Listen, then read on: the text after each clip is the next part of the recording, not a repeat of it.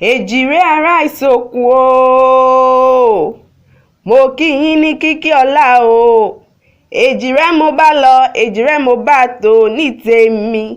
Torí Muibat àti Àbíbá àwọn ọmọ Lateef tí ìṣọjọ́ ìbí lónìí. Èjìrẹ́ ará Ìsòkun ọmọ ẹdun tí ń ṣeré orí igi. Ọpẹ́ ló yá lára bí o, tó ní kẹ́ ẹ rọ́dún eléyìí tí ìṣọdún àkọ́kọ́ yín lókè èèpẹ̀. Ìyá yín mo bá jó o, bàbá yín mo bá yọ ṣẹ̀ṣẹ̀. Àwọn t'Olódùmarè yọ́nú sí, wọ́n ní ọkọ ń bá bí o. Èjì ló wọlé tọ̀ mí, ò bẹ́ kìsì bẹ́ kẹ́sẹ́. Èjìrẹ́ wọlé alákìsà, wọ́n sálákìsà dónígbà aṣọ. Wíníwíní lójú orogún, èjì wọ̀rọ̀ lójú ìyá rẹ̀ ni. Bú mi kí n bọ́ relé, kìmí kí n padà lẹ́yìn rẹ̀.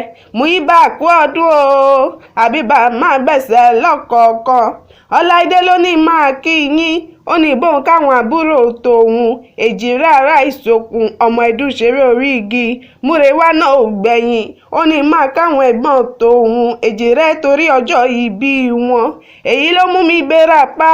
Omidankewi mo tẹkọ̀ létí, ó di ilé àwọn bàbá tó bí yín lọ́mọ Èjìrẹ́.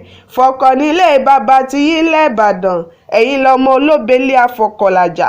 Afọkọ̀làjà ní ilé bàbá tó bí yín lọ́mọ. Bí kíkó ní bí yíyá ni ẹ sábà ń owó fúnfọkọ̀ kórí ná.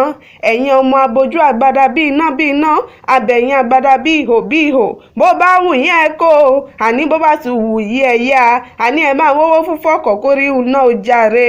Máyà àti Mìà, ẹ máa gbóhùn ẹnu mi. Omidankewi ní kí yín. Ẹ̀gbọ́n yín ló rán mi níṣẹ́, àtàbúrò yín. Àwọn ló ní máa kí yín ní gbèjègbèjọ torí ayẹyẹ ọjọ́ ìbí tẹ́ ń ṣe lónìí. Ló jẹ́ máa kí yín lálẹ́ Ìbàdàn tí ìṣòrí irun àwọn bàbá yín. Ẹ̀yin lọmọ Ìbàdàn lé Olúyọ̀lé.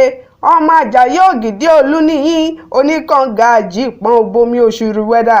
Ìbàdàn lú òjò olúkú lóye àròkò fẹ́yẹjẹ.